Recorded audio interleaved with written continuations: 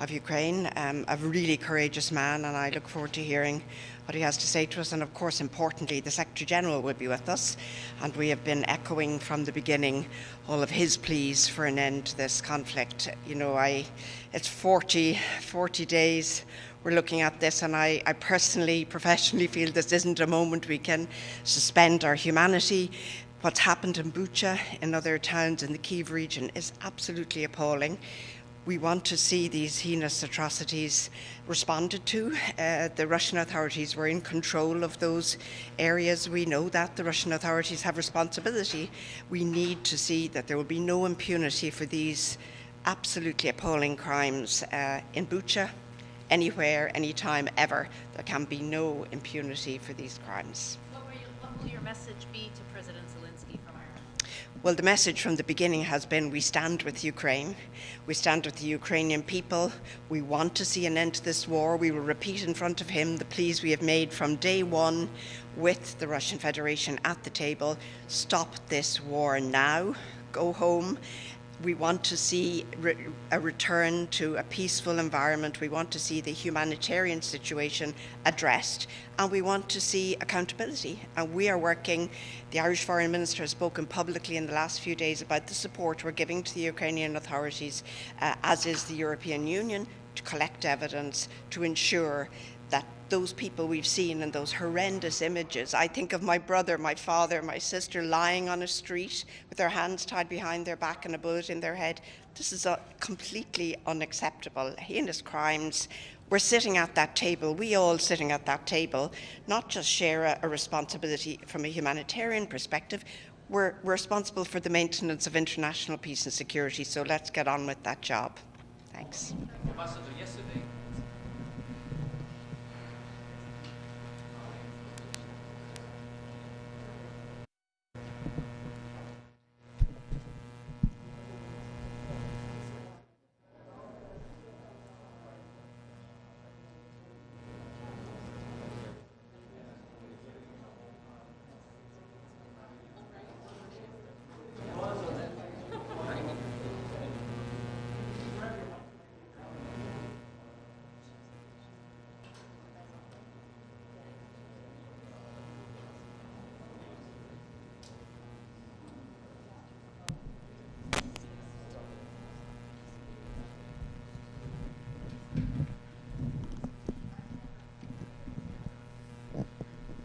still happening.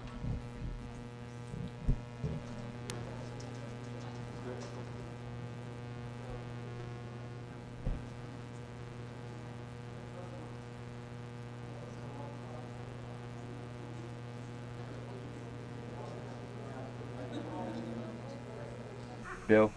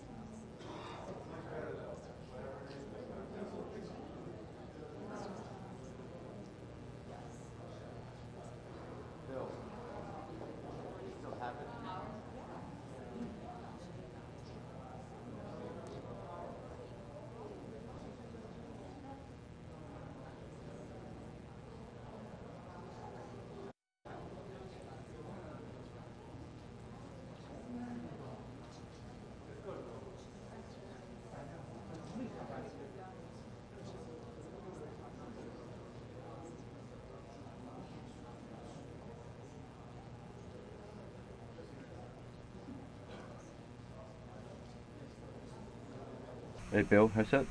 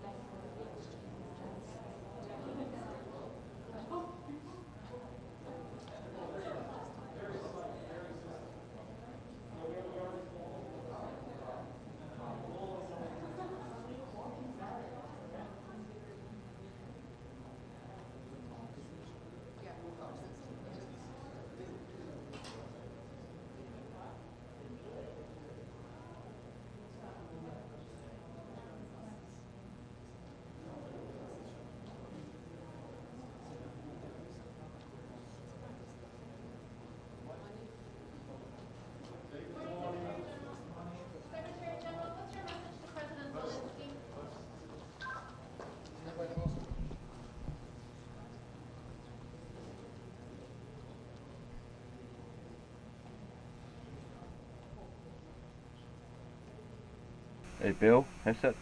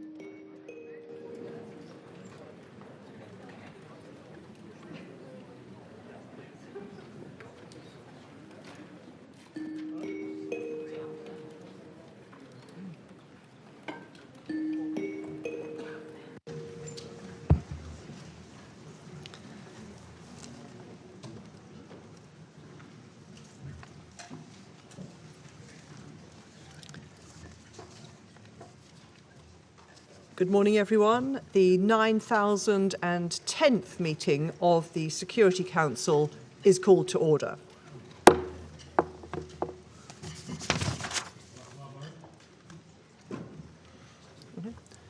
I give the floor to the Russian Federation.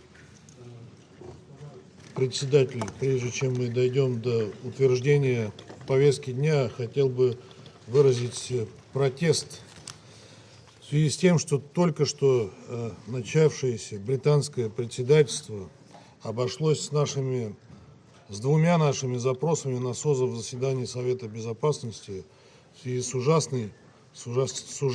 ужасающей провокацией украинских радикалов в городе Буча. Сначала регулярного, который мы запросили в воскресенье 3 апреля на 15:00 4 апреля, в понедельник, а потом и экстренного, который мы запросили в 12 часов 4 апреля, после того, как вы нам отказали. Мы сочли возможным пойти на вопиющее, вы сочли возможным пойти на вопиющее нарушение правил процедуры Совета и проигнорировать наш запрос, и во второй раз вынеся авторитарное, ни с кем не согласованное решение о том, что эту тему лучше было бы обсудить сегодня. Это возмутительная ситуация, изложена в моем вчерашнем письме на ваше имя, которое мы распространили в качестве официального документа Совета. Я бы хотел спросить вас, на каком основании вы позволяете себе действовать столь неслыханным образом, презрев любые нормы и правила? Разве вы не знаете, что в случае вашего несогласия с нашим предложением вам следовало созвать заседание и вынести вопрос о целесообразности его проведения на процедурное голосование? Тем более, что у вас должен был быть перед глазами пример нашего председательства, когда мы ни разу не отказали ни в проведении любого из 6 заседаний по Украине. Мы требуем от вас разъяснений и гарантий того, что в будущем вы не будете оспаривать право членов Совета Безопасности запрашивать заседания, зафиксированные в правиле 2 правил процедуры Совета.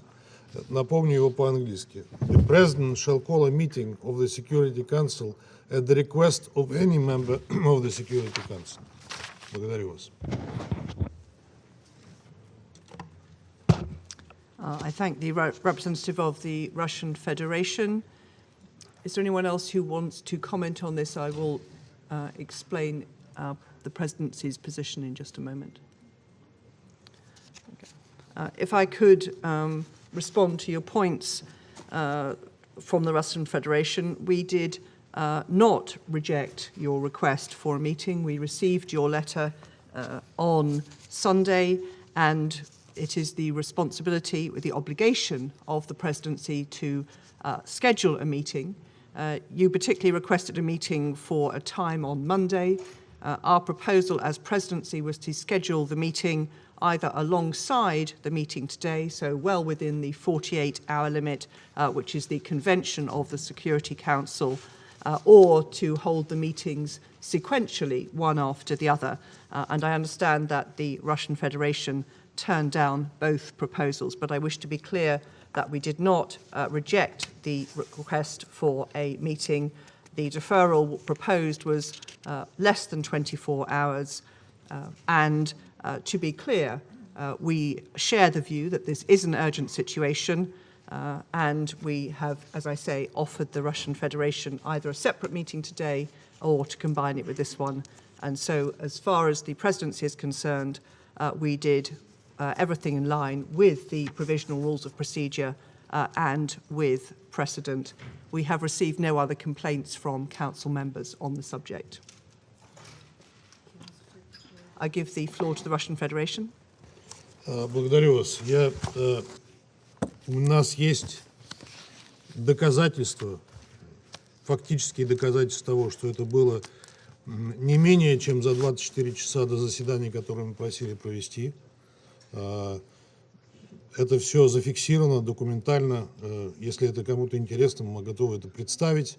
Но я хочу выразить надежду, что то, что вы сейчас сказали, означает, что вы не будете впредь отказывать странам-членам Совета Безопасности в проведении встреч когда они этого запросят.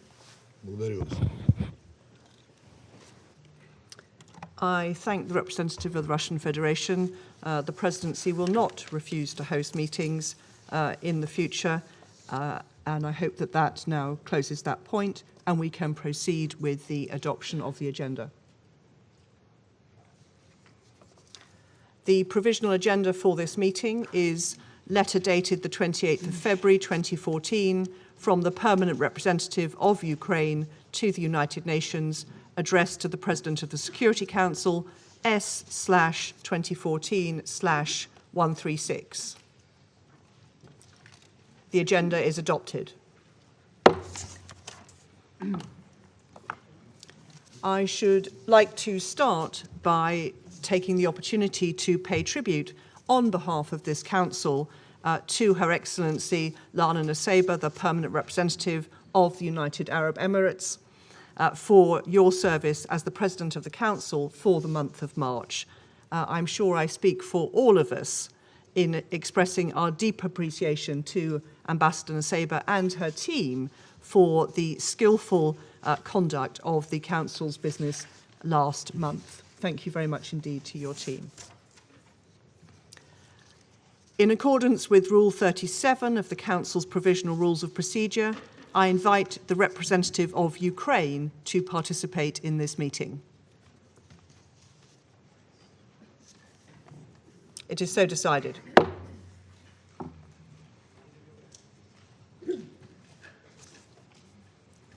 On behalf of the Council, I welcome the participation of His Excellency Mr. Volodymyr Zelensky, the President of Ukraine, and just add that, as usual precedent, the Permanent Representative of Ukraine will also join the meeting in case of any technical issues. In accordance with Rule 39 of the Council's Provisional Rules of Procedure, I invite the following briefers to participate in this meeting: Ms. Rosemary DiCarlo, Under-Secretary-General for Political and Peacebuilding Affairs, and Mr. Martin Griffiths, Under-Secretary-General for Humanitarian Affairs, Emergency Relief Coordinator. It is so decided. In accordance with Rule 39 of the Council's Provisional Rules of Procedure, I also invite His Excellency Mr. Olof Skog, Head of Delegation of the European Union to the United Nations, to participate in this meeting. It is so decided.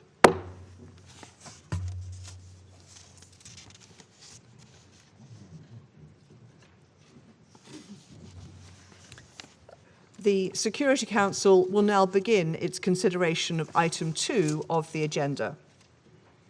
I wish to warmly welcome His Excellency the Secretary-General, His Excellency Mr. Antonio Guterres, and I give him the floor.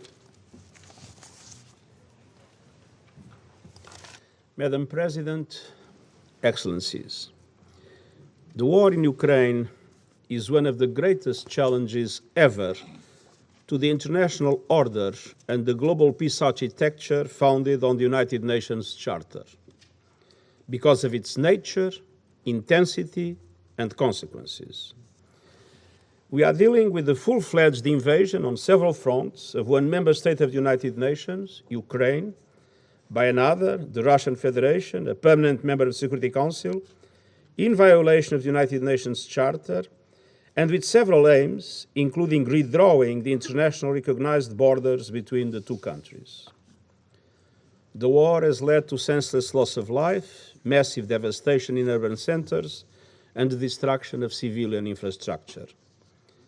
I will never forget the horrifying images of civilians killed in Bucha, and I immediately called for an independent investigation to guarantee effective accountability.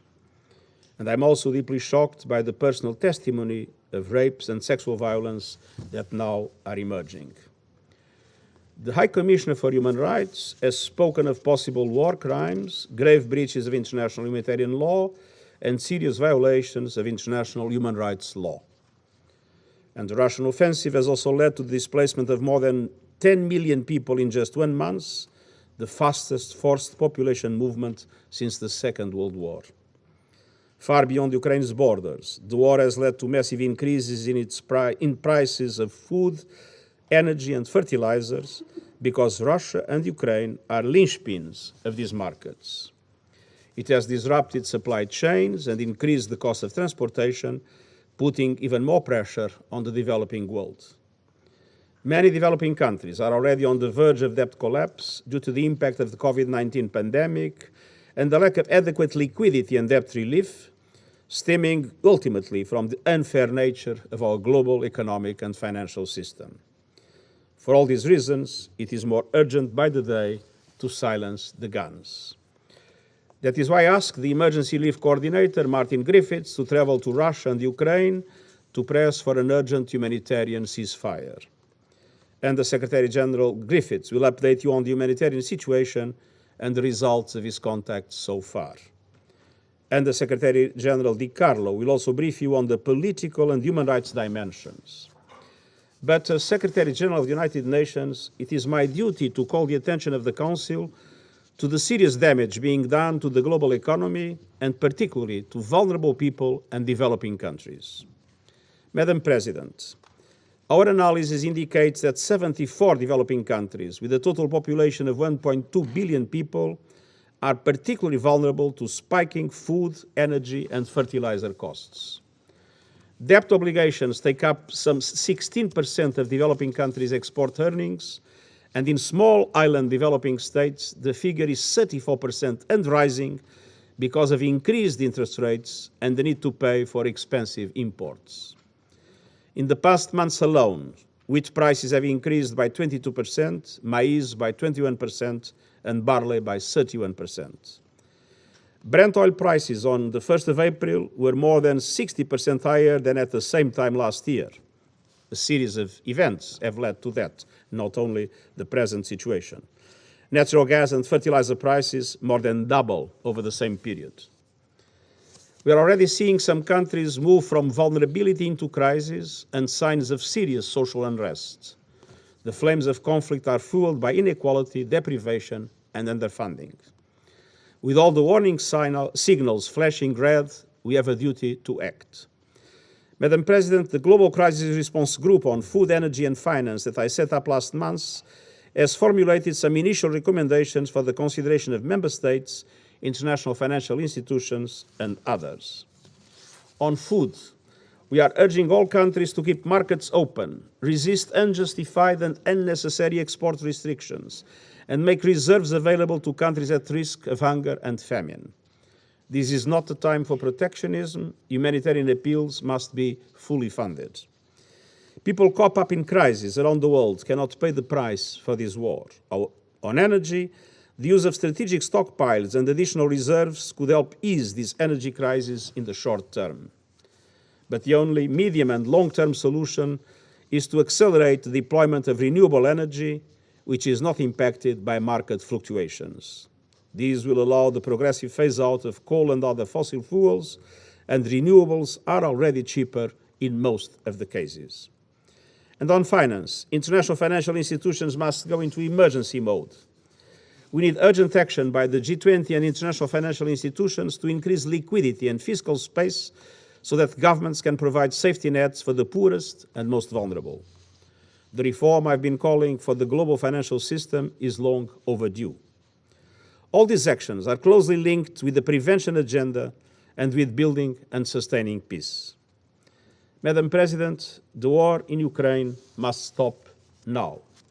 We need serious negotiations for peace based on the principles of the United Nations Charter. This Council is charged with maintaining peace and doing so in solidarity. I deeply regret the divisions that have prevented the Security Council from acting not only on Ukraine, but on other threats to peace and security around the world. I urge the Council to do everything in its power to end the war and to mitigate its impact, both on the suffering people of Ukraine and on vulnerable people and developing countries around the world, and I thank you. I thank the Secretary-General for his remarks. I now give the floor to Ms. Rosemary DiCarlo. Thank you. Madam President, since I last briefed this Council on 17 March, the security situation in Ukraine has seriously deteriorated. The number of Ukrainian civilians killed has more than doubled. Ukrainian cities continue to be mercilessly pounded, often indiscriminately, by heavy artillery and aerial bombardments. And hundreds of thousands of people, including children, the elderly, and the disabled, remain trapped in encircled areas under nightmarish conditions. The devastation wrought on Mariupol and other Ukrainian cities is one of the shameful hallmarks of this senseless war. The horror deepened this past weekend as shocking images emerged of dead civilians, some with hands bound, lying in the streets of Bucha, the town near Kyiv formerly held by Russian forces. Many bodies were also found in a mass grave in the same locality. Reports by non-governmental organizations and media also allege summary executions of civilians, rape and looting in Chernihiv, Kharkiv, and Kyiv regions.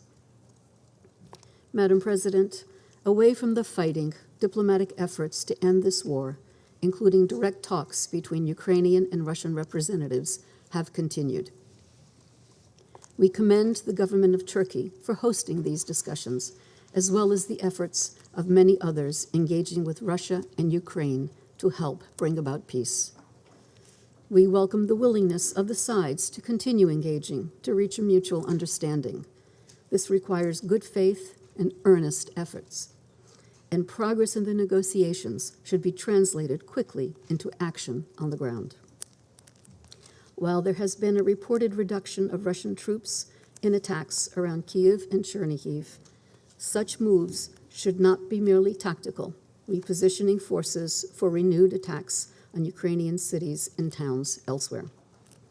The General Assembly has twice called for Russian forces to withdraw entirely from Ukrainian territory and cease all military operations. We also take note of the reported withdrawal of Russian forces from around the Chernobyl nuclear site. The International Atomic Energy Agency reports that this development will hopefully allow it to conduct an assistance and support mission to provide technical advice and to deliver equipment where necessary as soon as possible. All nuclear sites in Ukraine must be fully protected and secured. Military operations in or around these locations must be avoided. Madam President, the numbers tell a tragic, if yet incomplete, story. According to the Office of the High Commissioner for Human Rights, at least 1,480 civilians have been killed and at least 2,195 injured between 24 February and 4 April 2022. OHCHR believes that the actual figures are considerably higher. We are gravely concerned by the persistent use of explosive weapons with the wide impact area in or near populated areas.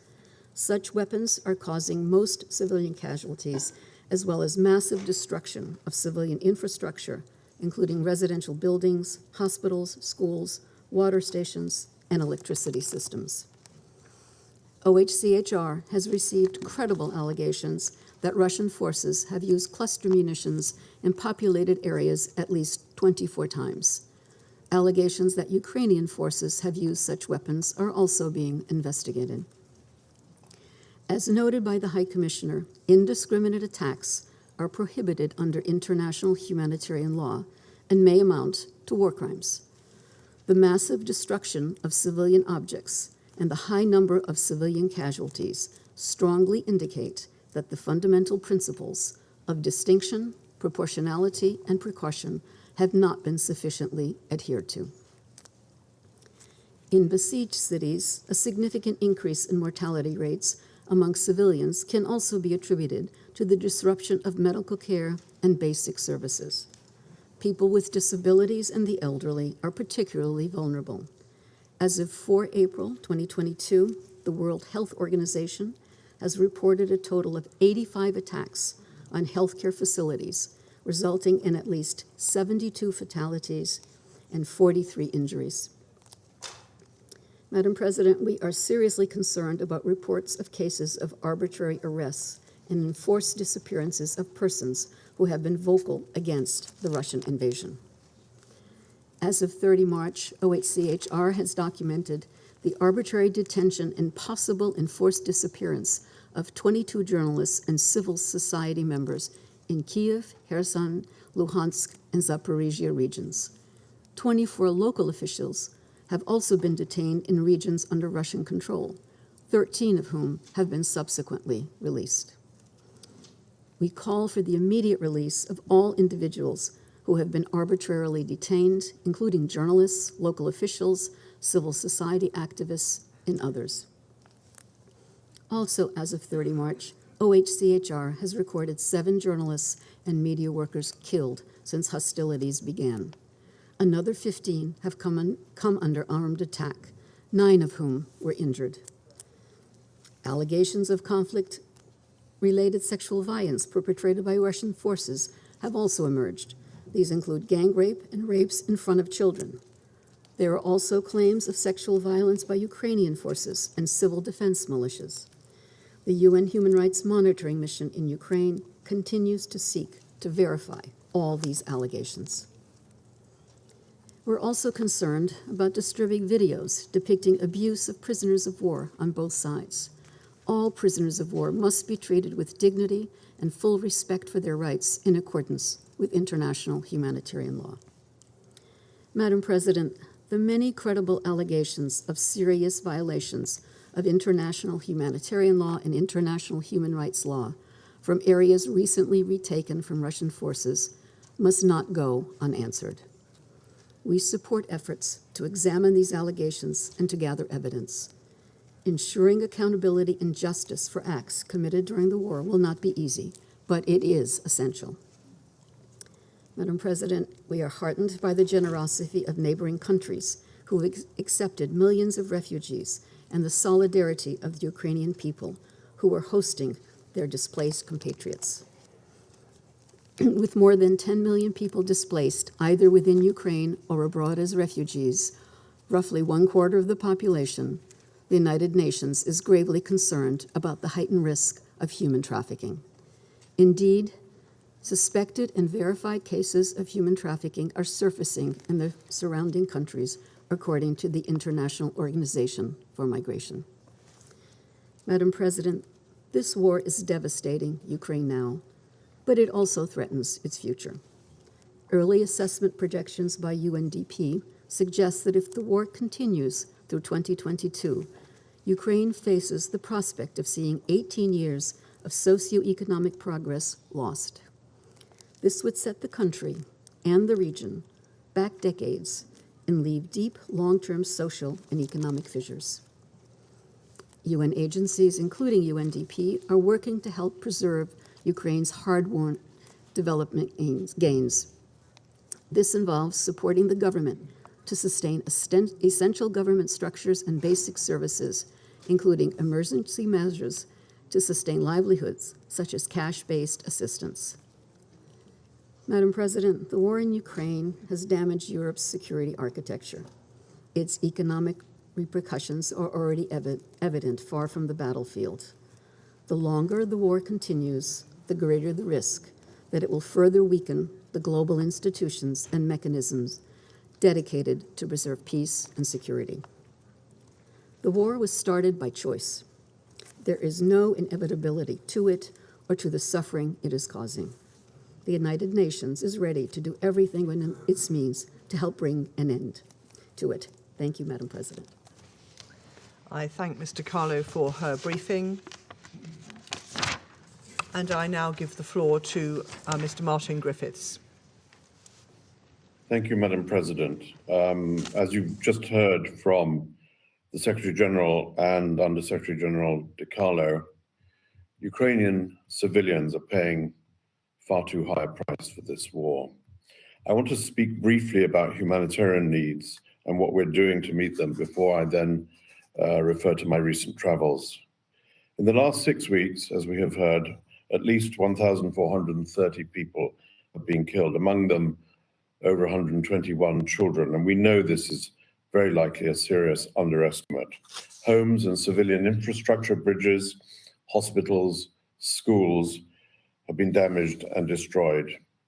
And in fact, the current figures on displacement tell us that more than 11.3 million people have now been forced to flee their homes, and of that, 4.2 million are now refugees in those generous neighboring countries that Rosemary has just been referring to. So in total, more than a quarter of the population of Ukraine has fled in this extraordinary short time.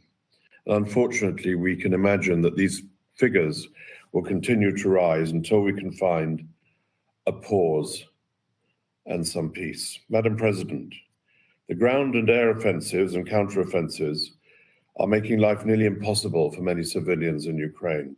Families, the elderly, women and children have been trapped by fighting already for too long. For more than 5 weeks, the people of Mariupol have been caught up in the fighting. And it is well documented that really Mariupol is a center of hell. Other cities like Chernihiv, Sumy, and Kharkiv remain cut off from essential goods and services. And perilous conditions are hampering our efforts to access civilians or for them to access us. And we restate here that civilians must be allowed to move to safer areas without the fear of attacks and at their own choice and at their own selection.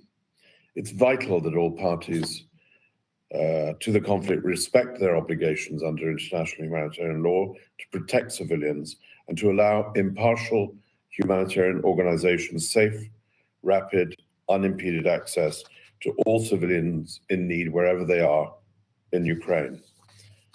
Madam President, as the world watches humanitarian needs soar in Ukraine, the United Nations and our partner organizations are making every effort to dramatically increase our support to affected civilians. The work of the 6,000 volunteers from the Ukraine Red Cross, as we have noted before in this chamber, together with local NGOs in eastern Ukraine, these people, these organizations continue to work tirelessly at the front line of assistance to communities. The World Food Programme has reached more than 1.3 million people with cash and food assistance and plans to push that number up to 2.5 million people in this month. Health partners report that more than 180 tons of medical supplies were delivered in Ukraine, with another 470 tons on the way. And this will address the health needs of around 6 million people in the months ahead. And I'm pleased to say, that seems an odd word to say in the context of Ukraine, that after much effort in the past day, another convoy went from our humanitarian hub in Dnipro to the Far East. Today, food, winter clothing, non-food items, medicine, hygiene kits were offloaded to the Ukraine Red Cross and will reach the hands of those most in need. Indeed, following notification to both parties, a formal process that we and also the International Red Cross are engaged in, 4 convoys in total from the UN have provided critical support to people in some of the cities encircled by war and affected by ongoing fighting. Several more are planned. So these are initial steps, but it gives us a basis to now expand and taking our efforts up to scale and expanding much more than 1 convoy a day. As the Secretary General and the Undersecretary General has already said, I want to also join them in expressing my concern over the growing number of reports we receive of human trafficking, sexual violence, exploitation, and abuse in Ukraine and in the region. And as ever, such horrific incidents as we're seeing, they overwhelmingly impact displaced women and children more than others. We're bolstering protection and gender-based violence services through agencies to provide specialized care for survivors and through the wealth of civil society organizations in Ukraine. These services are designed, carried out directly in collaboration with and through Ukrainian civil society, including, very particularly, women-led organizations. Madam President, today I'm addressing you from Geneva, having just returned from Moscow overnight. As you know, the Secretary General, as he said, charged me to bring both sides together on humanitarian grounds to explore both specific and sustained ways to reduce humanitarian suffering, including in particular, inter alia, but in particular, the pursuit of a humanitarian ceasefire.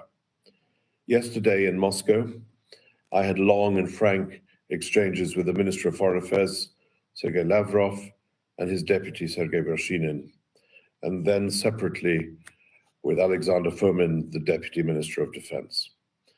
In my meetings with these senior officials, I discussed also, in addition to these possibilities of humanitarian ceasefires, I discussed the issue of humanitarian convoys of safe passage, including the 4 which I've already referred to. I outlined possibilities for building further on that cooperation, sharing specific suggestions for mutually agreed upon military freezes to allow for evacuation of civilians and for the safe passage of life-saving aid. In effect, for humanitarian pauses in different parts of Ukraine to save lives and bring back a modicum of safety for those living in those places. My counterparts in Moscow received these suggestions, assured me of their intent to carefully study those ideas, which I left with them. And we agreed to remain in close contact. And I came away from these meetings believing that we have a very long road ahead of us, but it must be traveled. And Madam President, we will travel it. Tomorrow I plan to travel to Ukraine to have discussions with senior authorities from the Ukrainian government in Kyiv on Thursday on these same issues and others that they will no doubt present to me. And also to see firsthand with our crisis coordinator, Amin Awad, the humanitarian response. Madam President, thanks to generous donor contributions, many from governments in this chamber, the humanitarian response since February has indeed been scaled up, allowing us to meet the needs of 1.5 million people. We will need sustained financial support for needs in Ukraine. And like the Secretary General, I want to stress, as he has done consistently, that funding must not be diverted from other crises. And Madam President,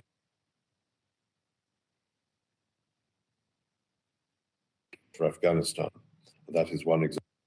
And as you heard from David Beasley last week, conflict, climate shocks, COVID, compounded by the soaring food and fuel costs indicated by the Secretary General, could push another 47 million people globally into severe food insecurity. And so the total number of people around the world who will not know where their next meal comes from could be driven to the astonishing figure of 325 million people around the world. That is by a long distance the highest in our recent history, and well over double what it was 3 years ago. So, Madam President, I close, of course, like others, by reminding the Council of what the Council already knows well. The world cannot afford this war, and neither can the people of Ukraine. And like others, I call on all Council members and member states with influence to support all efforts from whatever part they come from in the pursuit of peace and the alleviation of humanitarian suffering, for the sake of the people of Ukraine, for the sake of those around the world who cannot afford to bear the additional burden this war imposes on them and all of us. We must, as the Secretary General said, silence the guns. Thank you, Madam President. I thank Mr. Griffiths for his briefing.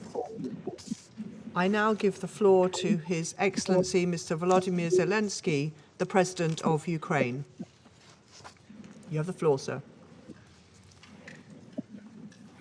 Дуже дякую.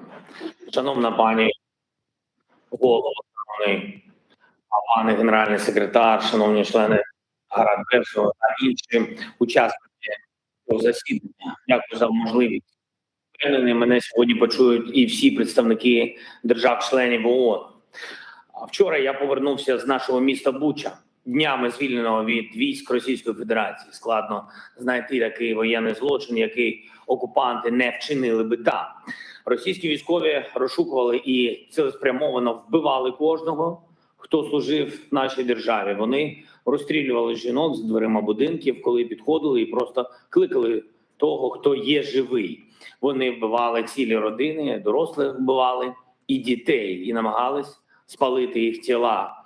Я звертаюсь до вас від імені народу, який щоденно вшановує пам'ять загиблих. Щоденно, зранку. Пам'ять загиблих мирних людей, яких вбивали пострілом у потилицю або в око після катувань, яких розстрілювали просто на вулицях, яких кидали в колодці, щоб вони там загинули у стражданнях, яких вбивали в квартирах, в будинках, підриваючи гранатами, давили танками, просто давили танками в цивільних автівках посеред дороги заради задоволення, яким відрубали кінцівки і прирізали горло, яких гвалтували і вбивали на очах своїх же дітей.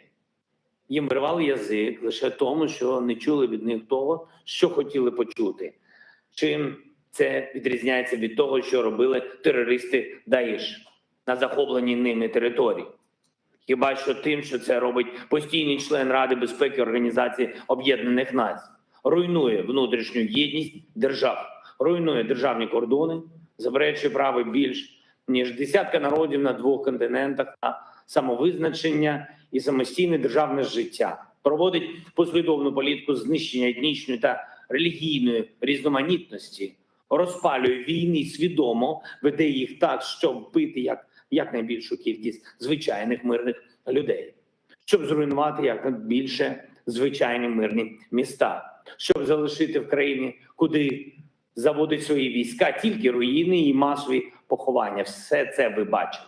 Підтримує на державному рівні ненависть і намагається експортувати її в інші держави за допомогою своєї системи пропаганди і політичної корупції.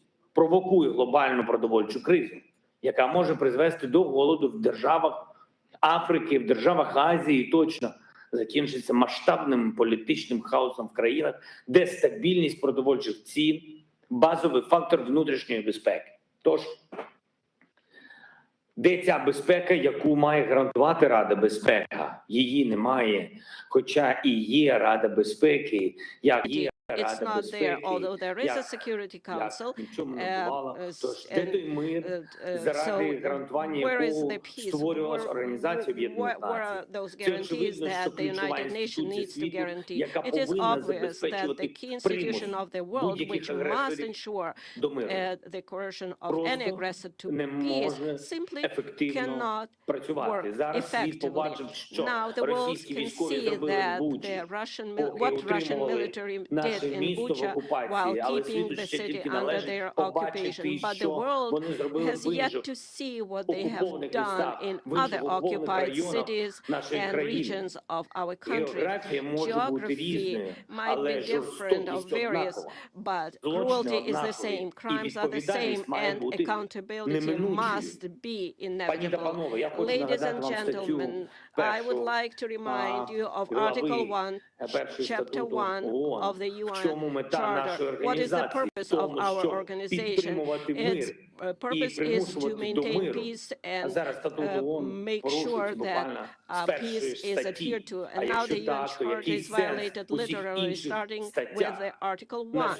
And if so, what is the point of all other articles? Today, as a result of Russia's actions in our country, in Ukraine, the most terrible war crimes of all times we see since the end of World War II, and they are being committed. Russian troops are deliberately destroying Ukrainian cities to ashes with artillery and airstrike. They are deliberately blocking cities, creating mass starvation. They deliberately shoot columns of civilians on the road trying to escape from the territory of hostilities.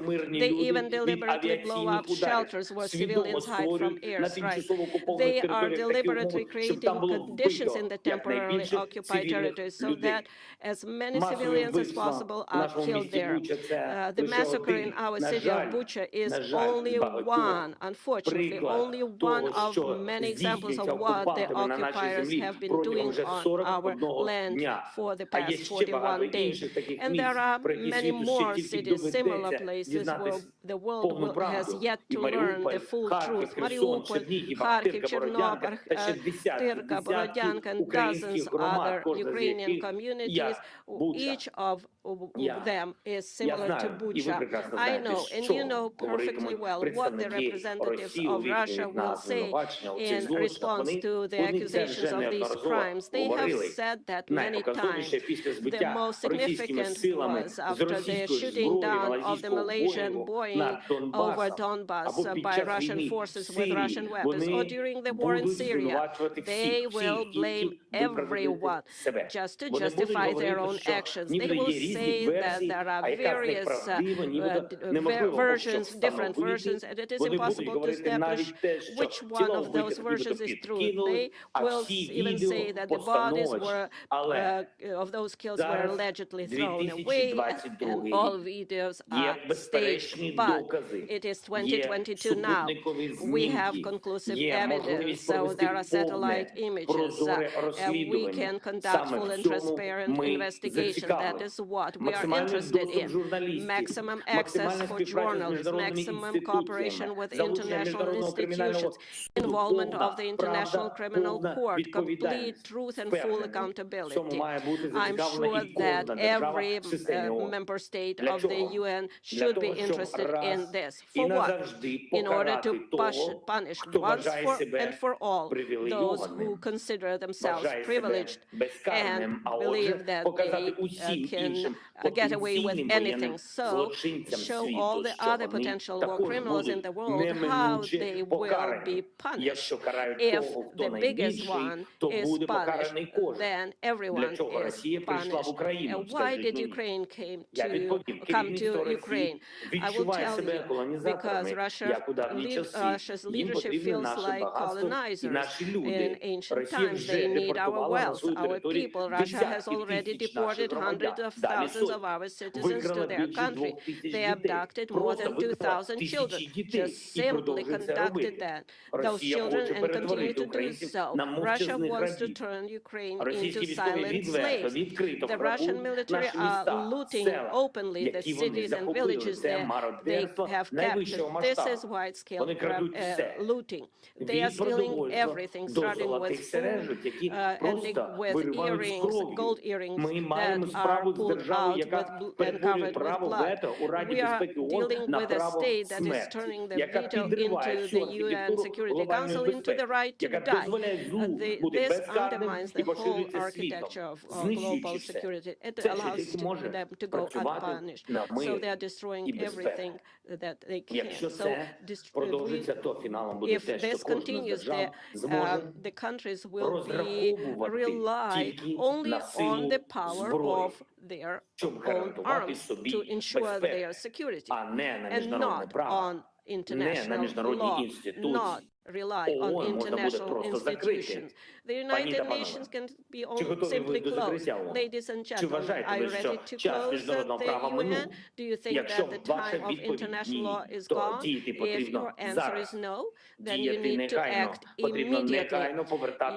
The UN Charter must be restored immediately. The UN system must be reformed immediately so that the veto is not the right to die, that there is a fair representation in the Security Council of all regions of the world. The aggressor must be brought to peace immediately. Determination is needed. The massacre from Syria to Somalia, from Afghanistan to Yemen and Libya, that should have been stopped a long time ago, to tell you the truth. If tyranny had at least once received such a response to the war it had waged, it would have ceased to exist, and honest peace had been guaranteed after it, and the world would have changed for sure.